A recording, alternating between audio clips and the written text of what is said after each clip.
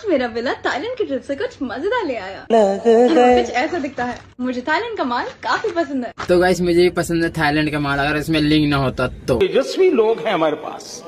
Bacteria noodles. आज मेरे बिल्ले ने ताजे संतरे लेकर उसकी मिठाई बना दी। समझ में नहीं आ रहा मेरे किस बिल्ले पे ऐसी कौन सी दिव्य शक्ति है।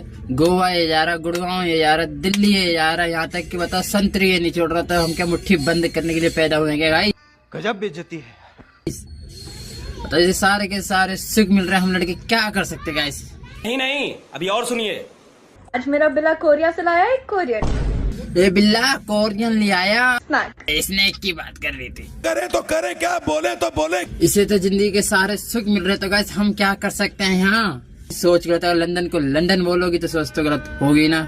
मिलते हैं आपको अगली रोस्ट वीडियो में। अगर हमारी वीडियो आपको अच्छी लगी तो लाइक कमेंट एंड सब्सक्राइब जरूर कर लेना गाइस। हम आपके लिए ऐसी वीडियो लाते रहेंगे यार, प्लीज सपोर्ट करो गाइस। जितना सपोर्ट करोगे हम उतनी वीडियो आपको लाते रहेंगे, प्लीज गाइस।